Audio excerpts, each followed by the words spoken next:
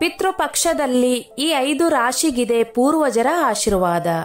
ಇನ್ನು 15 ದಿನ ಮುಟ್ಟಿದೆಲ್ಲವೂ ಚಿನ್ನ.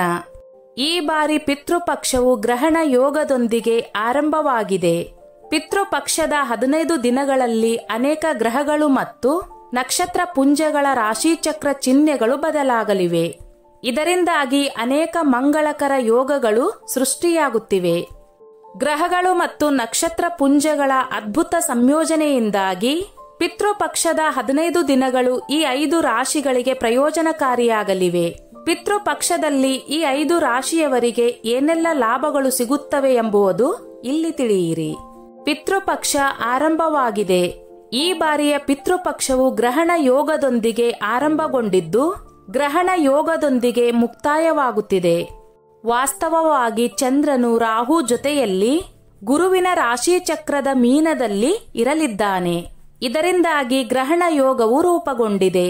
ಆದರೆ ಪಿತೃಪಕ್ಷದಲ್ಲಿ ಗ್ರಹಣ ಯೋಗದ ಜೊತೆಗೆ ಹಲವು ಶುಭಯೋಗಗಳು ರೂಪುಗೊಳ್ಳುತ್ತಿವೆ. ಪಿತೃಪಕ್ಷದ ದಿನಗಳಲ್ಲಿ ಕನ್ಯಾ ರಾಶಿಯಲ್ಲಿ ಸೂರ್ಯ ಮತ್ತು ಬುಧ ಸಂಯೋಗವಿರುತ್ತದೆ ಮತ್ತು ಶುಕ್ರನು ತುಲಾ ರಾಶಿಯಲ್ಲಿ ಸಾಗುತ್ತಾನೆ. ಪಿತೃಪಕ್ಷದ ಮೊದಲ ದಿನದಂದು ಚಂದ್ರಗ್ರಹಣ ಸಂಭವಿಸಲಿದೆ ಮತ್ತು ಕೊನೆಯ ದಿನ ಸೂರ್ಯಗ್ರಹಣ ಸಂಭವಿಸಲಿದೆ.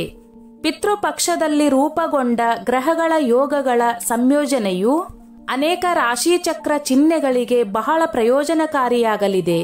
ಇಂತಹ ಪರಿಸ್ಥಿತಿಯಲ್ಲಿ ಮಿಥುನ, ಕರ್ಕ, ಕನ್ಯಾ ಸೇರಿದಂತೆ ಇತರೆ 5 ರಾಶಿಯವರಿಗೆ ಪಿತೃಪಕ್ಷ ಈ 15 ದಿನಗಳು ಪ್ರಯೋಜನಕಾರಿಯಾಗಲಿದೆ. ಪಿತೃಪಕ್ಷದ 15 ದಿನಗಳಲ್ಲಿ ಈ ರಾಶಿಯವರಿಗೆ ಏನೆಲ್ಲ ಲಾಭಗಳು ಸಿಗಲಿವೆ ಎಂದು ತಿಳಿಯೋಣ. ಮಿಥುನ ರಾಶಿ.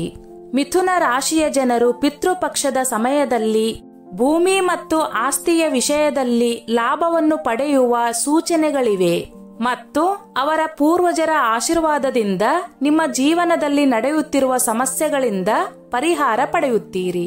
ಪಿತೃಪಕ್ಷದ ಸಮಯದಲ್ಲಿ ನೀವು ಮಾಡುವ ಕೆಲಸವು ಯಶಸ್ವಿಯಾಗುತ್ತದೆ ಮತ್ತು ನಿಮ್ಮ ಧೈರ್ಯ ಮತ್ತು ಶೌರ್ಯದಲ್ಲಿ ಹೆಚ್ಚಳವನ್ನು ಸಹ ನೀವು ಕಾಣುತ್ತೀರಿ.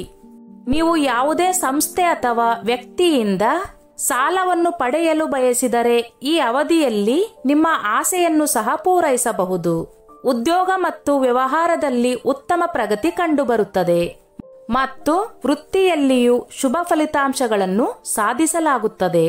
ಕುಟುಂಬದಲ್ಲಿ ಪ್ರತಿದಿನ ವಾದಗಳು ಮುಂದುವರೆದಿದ್ದರೆ ಈ ಅವಧಿಯಲ್ಲಿ ಶಾಂತಿ ನೆಲೆಸುತ್ತದೆ ಮತ್ತು ಎಲ್ಲಾ ಸದಸ್ಯರಿಗೆ ಪ್ರಗತಿ ಇರುತ್ತದೆ. ಕಟಕ ರಾಶಿ. ಕಟಕ ರಾಶಿಯ ಜನರು ಪಿತೃಪಕ್ಷದ ಸಮಯದಲ್ಲಿ ತಮ್ಮ ಆರ್ಥಿಕ ಸ್ಥಿತಿಯಲ್ಲಿ ಸುಧಾರಣೆಯನ್ನು ಕಾಣುತ್ತಾರೆ ಮತ್ತು ವಿದೇಶಕ್ಕೆ ಹೋಗುವ ಅವರ ಕನಸು ಕೂಡ ಈಡೇರುತ್ತದೆ. ಬಹಳ ದಿನಗಳಿಂದ ಬಾಕಿ ಇದ್ದ ಕೆಲಸಗಳು ಪೂರ್ವಜರ ಆಶೀರ್ವಾದದಿಂದ ಈ ಅವಧಿಯಲ್ಲಿ ಪೂರ್ಣಗೊಳ್ಳುತ್ತವೆ ಮತ್ತು ಪಿತೃದೋಷದಿಂದ ಮುಕ್ತಿಯೂ ದೊರೆಯುತ್ತದೆ. ವ್ಯಾಪಾರದಲ್ಲಿ ಬೆಳವಣಿಗೆಗೆ ನೀವು ತೆಗೆದುಕೊಳ್ಳುವ ನಿರ್ಧಾರಗಳು ಯಶಸ್ವಿಯಾಗುತ್ತವೆ ಮತ್ತು ನಿಮಗೆ ಉತ್ತಮ ಆರ್ಥಿಕ ಲಾಭವು ದೊರೆಯುತ್ತದೆ. ಈ ರಾಶಿಚಕ್ರ ಚಿಹ್ನೆಯ ಉದ್ಯೋಗಿಗಳು ಉದ್ಯೋಗದಲ್ಲಿ ಬದಲಾವಣೆಯನ್ನು ಯೋಜಿಸುತ್ತಿದ್ದರೆ ಈ ಅವಧಿಯಲ್ಲಿ ನಿಮ್ಮ ಆಸೆ ಈಡೇರುವ ಸೂಚನೆಗಳಿವೆ.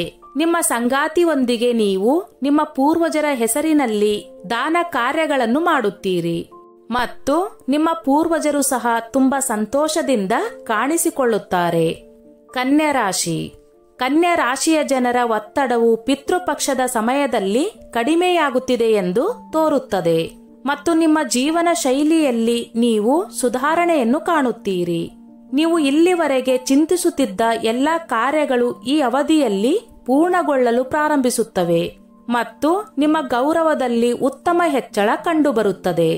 ಈ ಅವಧಿಯಲ್ಲಿ ನಿಮ್ಮ ಪೂರ್ವಜರ ಆಶೀರ್ವಾದದಿಂದ ನಿಮ್ಮ ಆದಾಯದಲ್ಲಿ ಹೆಚ್ಚಳದಿಂದಾಗಿ ನಿಮ್ಮ ಆರ್ಥಿಕ ಸ್ಥಿತಿಯು ಸುಧಾರಿಸುತ್ತದೆ ಮತ್ತು ನೀವು ಕುಟುಂಬದ ಎಲ್ಲಾ ಜವಾಬ್ದಾರಿಗಳನ್ನು ಉತ್ತಮವಾಗಿ ನಿರ್ವಹಿಸುತ್ತೀರಿ. ನಿಮ್ಮ ಆರೋಗ್ಯವು ಉತ್ತಮವಾಗಿರುತ್ತದೆ. ಇದರಿಂದಾಗಿ ನೀವು ದೈಹಿಕವಾಗಿ ಮತ್ತು ಮಾನಸಿಕವಾಗಿ ಸದೃಢರಾಗಿರುತ್ತೀರಿ. ಕುಟುಂಬದ ಎಲ್ಲಾ ಸದಸ್ಯರ ನಡುವೆ ಪರಸ್ಪರ ಪ್ರೀತಿ ಇರುತ್ತದೆ ಮತ್ತು ಪೂರ್ವಜರ ಜೊತೆಗೆ ನೀವು ಪೋಷಕರ ಆಶೀರ್ವಾದವನ್ನು ಸಹ ಪಡೆಯುತ್ತೀರಿ. ಧನುರಾಶಿ. ಧನುರಾಶಿಯವರು ಪಿತೃಪಕ್ಷದ ಸಮಯದಲ್ಲಿ ಅನೇಕ ಹಣದ ಮೂಲಗಳನ್ನು ಪಡೆಯಬಹುದು. ಇದು ಬ್ಯಾಂಕ್ ಬ್ಯಾಲೆನ್ಸ್ ಅನ್ನು ಹೆಚ್ಚಿಸುತ್ತದೆ ಮತ್ತು ನಿಮ್ಮ ಸೌಕರ್ಯಗಳನ್ನು ಹೆಚ್ಚಿಸುತ್ತದೆ. ಈ ಅವಧಿಯಲ್ಲಿ ನೀವು ಸ್ನೇಹಿತರು ಮತ್ತು ಪ್ರೀತಿ ಪಾತ್ರರಿಂದ ಸಂಪೂರ್ಣ ಬೆಂಬಲವನ್ನು ಪಡೆಯುತ್ತೀರಿ. ಇದರಿಂದಾಗಿ ನಿಮ್ಮ ಅಪೂರ್ಣ ಕಾರ್ಯಗಳು ಪೂರ್ಣಗೊಳ್ಳುತ್ತವೆ. ನಿಮ್ಮ ಪೂರ್ವಜರ ಕೆಲಸದಲ್ಲಿ ನೀವು ಸಕ್ರಿಯವಾಗಿ ಭಾಗವಹಿಸುವಿರಿ. ಇದರಿಂದಾಗಿ ನಿಮ್ಮ ಪೂರ್ವಜರು ತುಂಬಾ ಸಂತೋಷವಾಗಿರುತ್ತಾರೆ ಮತ್ತು ಪಿತೃದೋಷದಿಂದ ಸಹ ನೀವು ಪರಿಹಾರವನ್ನು ಪಡೆಯುತ್ತೀರಿ. ಈ ಅವಧಿಯು ಹೂಡಿಕೆಗೆ ತುಂಬಾ ಒಳ್ಳೆಯದು ಮತ್ತು ಮುಂದಿನ ದಿನಗಳಲ್ಲಿ ನೀವು ಲಾಭವನ್ನು ಪಡೆಯುತ್ತೀರಿ. ಈ ಅವಧಿಯಲ್ಲಿ ಕುಟುಂಬದೊಂದಿಗೆ ಕೆಲವು ಧಾರ್ಮಿಕ ಸ್ಥಳಕ್ಕೆ ಭೇಟಿ ನೀಡಲು ಯೋಜಿಸುವಿರಿ. ನಿಮ್ಮ ಸಂಗಾತಿಯೊಂದಿಗಿನ ನಿಮ್ಮ ಸಂಬಂಧವು ಬಲಗೊಳ್ಳುತ್ತದೆ. ಕುಂಭರಾಶಿ. ಕುಂಭರಾಶಿಯವರಿಗೆ ಪಿತೃಪಕ್ಷದ ಸಮಯದಲ್ಲಿ ಭೂಮಿ ಮತ್ತು ಆಸ್ತಿಯಲ್ಲಿ ಹೂಡಿಕೆ ಮಾಡುವುದರಿಂದ ಉತ್ತಮ ಲಾಭಗಳಿರುತ್ತವೆ. ಪೂರ್ವಜರ ಆಶೀರ್ವಾದದಿಂದಾಗಿ ಹಣಕಾಸಿನ ಲಾಭದ ವಿಶೇಷ ಅವಕಾಶಗಳಿವೆ ಮತ್ತು ಕೆಲವು ಸದಸ್ಯರು ಒಳ್ಳೆಯ ಸುದ್ದಿಗಳನ್ನು ಕೇಳಬಹುದು. ನಿಮ್ಮ ಹಣ ಎಲ್ಲೋ ಸಿಕ್ಕಾಕಿಕೊಂಡಿದ್ದರೆ ಈ ಅವಧಿಯಲ್ಲಿ ಅದನ್ನು ಮರಳಿ ಪಡೆಯುವ ಸಾಧ್ಯತೆ ಇದೆ. ನಿಮ್ಮ ವ್ಯಾಪಾರವನ್ನು ವಿಸ್ತರಿಸಲು ನೀವು ಬಯಸಿದರೆ ಈ ಅವಧಿಯು ನಿಮಗೆ ಮಂಗಳಕರವಾಗಿರುತ್ತದೆ. ಉದ್ಯೋಗಸ್ಥರು ಈ ಅವಧಿಯಲ್ಲಿ ಕೌಶಲ್ಯಗಳನ್ನು ಕಲಿಯಲು ಮತ್ತು ತಮ್ಮ ವೃತ್ತಿ ಜೀವನವನ್ನು ಮುನ್ನಡೆಸಲು ಅವಕಾಶಗಳನ್ನು ಪಡೆಯುತ್ತಾರೆ. ನಿಮ್ಮ ಕುಟುಂಬ ಸದಸ್ಯರೊಂದಿಗೆ ನೀವು ಉತ್ತಮ ಸಮಯವನ್ನು ಕಳೆಯುತ್ತೀರಿ ಮತ್ತು ನಿಮ್ಮ ಪೂರ್ವಜರ ಆಶೀರ್ವಾದದಿಂದ ನಿಮ್ಮಲ್ಲಿ ಸಂತೋಷ ಮತ್ತು ಶಾಂತಿ ಇರುತ್ತದೆ. ಸ್ನೇಹಿತರೆ, ಈ ನನ್ನ ಮಾಹಿತಿ ನಿಮಗೆ ಇಷ್ಟವಾಗಿದ್ದಲ್ಲಿ ದಯವಿಟ್ಟು ಶೇರ್ ಮಾಡಿ, ಲೈಕ್ ಮಾಡಿ ಮತ್ತು ಸಬ್ಸ್ಕ್ರೈಬ್ ಮಾಡಿ.